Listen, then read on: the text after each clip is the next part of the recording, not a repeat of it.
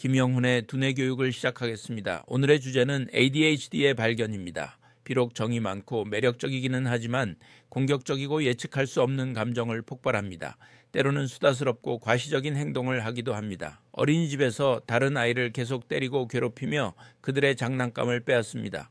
부모들은 아이에게 자주 나타나는 어색함과 과격한 행동 수준, 그리고 용감무쌍함 때문에 아이가 위험에 처하지 않도록 계속적으로 감시해야 합니다.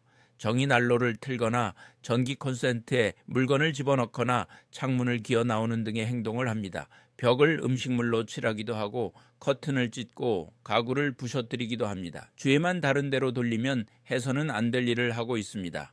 첫 돌이 지나 걷기 시작하고 두 돌이 되어 뛰는 것도 가능해지면 아이들은 부지런해집니다. 듣고 보는 것이 모두 신기하기 때문에 온 세상을 돌아다니고 싶어 합니다. 아이는 이렇게 천방지축으로 다니면서 점점 재미있는 것, 신기한 것을 찾아내고 거기에 열중하게 됩니다.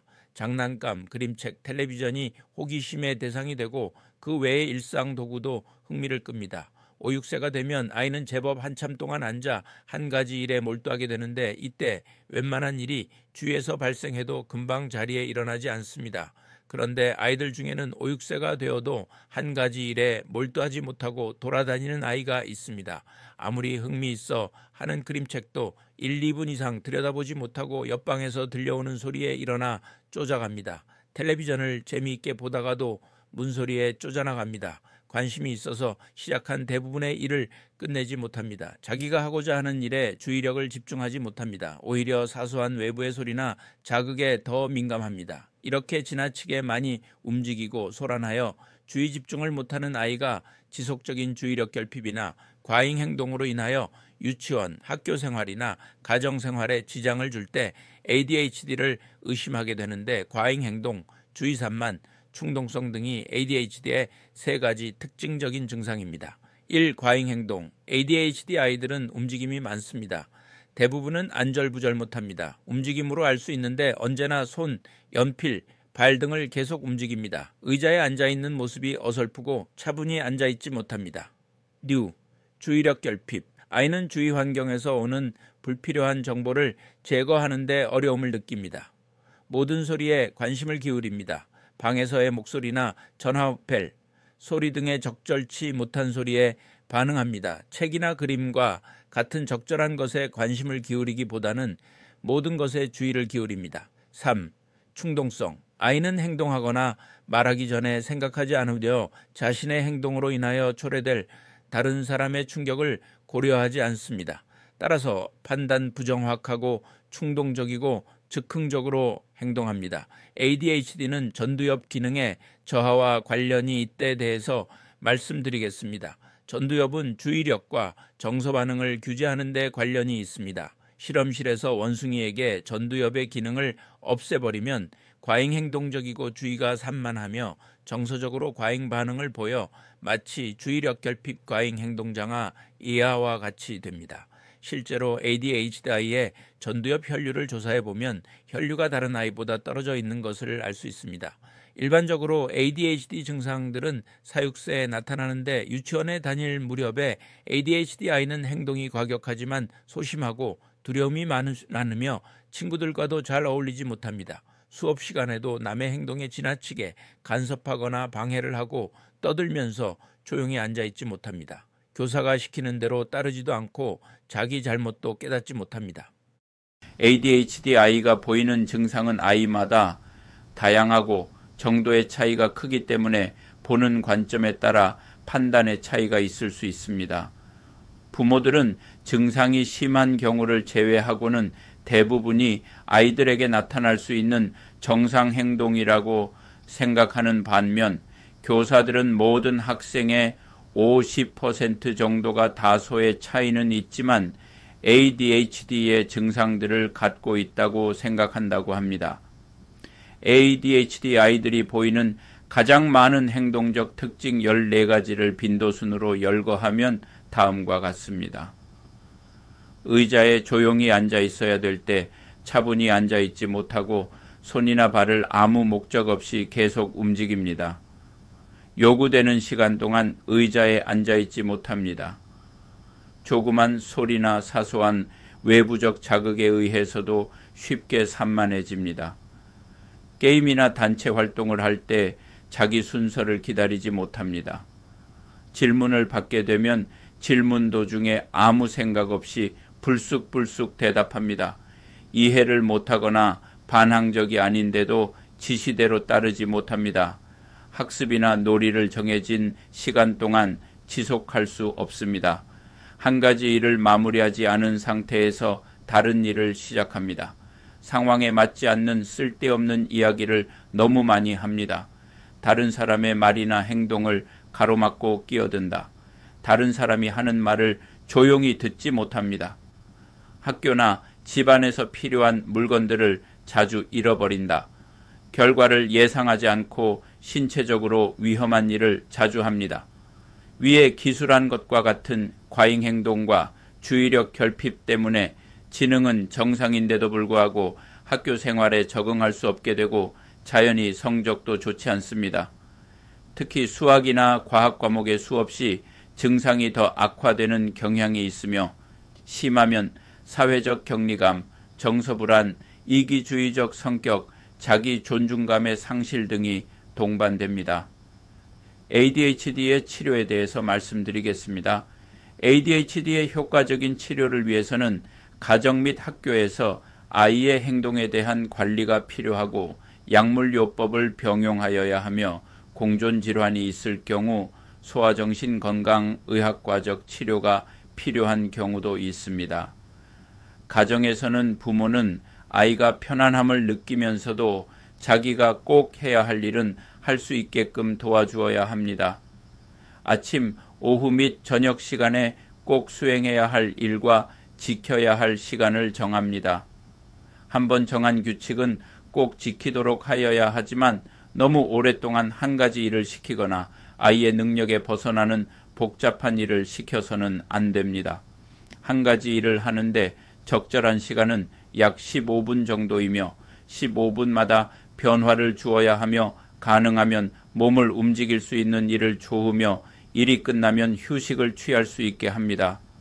정해진 시간 동안 자기 일을 끝냈을 때나 과잉 행동을 어느 정도 절제했을 때는 매번 칭찬해 주어야 하며 가능하면 별표, 스티커, 토큰 등의 눈에 보이는 방법을 사용하는 것이 효과적입니다. 지키지 못하였을 때는 본인이 알 수 있게 설명하고 상품을 회수하는 등의 조치를 취하여 잘 하겠다는 동기를 부여하여야 합니다. 너무 장시간에 걸친 자동차 여행이나 쇼핑 등을 피해야 하고 집안에서 깨질 수 있는 것, 비싼 물건, 위험한 물건 등은 아이의 손이 닿지 않는 곳으로 치워서 사고 및 사고로 인한 심리적 타격을 예방합니다. 유치원에서는 가능하면 과잉 행동을 억제할 수 있고 쉽게 산만하지 않도록 환경을 만들어 주어야 합니다. 유치원과 같은 단체 생활 시 다음과 같은 방법들이 도움이 됩니다. 수없이 좌석은 교사가 아이를 관찰하기 쉽고 외부 자극이 없는 데로 배치합니다. 수업 중에도 적당한 간격을 두고 칠판을 지운다거나 종이를 나누어 주고 걷어오는 등의 일을 시켜 돌아다닐 수 있게 합니다. 아이에게 무언가를 지시할 때는 시각적인 방법을 사용하는 것이 효과적이며 주의력을 집중하도록 부모가 일을 하는 도중에도 관심을 두어야 합니다. 지시한 일을 잘 끝냈을 때는 칭찬을 하여 주고 눈으로 볼 수 있는 보상을 주어 자신감을 갖게 하고 어렵지 않은 일은 아이 스스로 하게 함으로써 그 일에 대해서는 자기가 가장 잘 한다는 생각을 갖게 합니다. 이상과 같은 행동요법은 주의력 결핍 때문에 가정이나 단체 생활, 학습에 지장을 초래할 때는 어느 정도 효과를 볼 수 있지만 심각한 행동장애, 우울증, 사회적 격리감, 가치관의 상실 등으로 정상적인 가정생활이 어렵고 가족 내의 갈등, 단체 생활에 막대한 지장 등이 초래될 때는 소아정신과적 치료를 필요로 합니다. 학습장애에 대해서 말씀드리겠습니다. ADHD 아이는 학교 성적이 부진하거나 학습장애가 흔하게 나타납니다.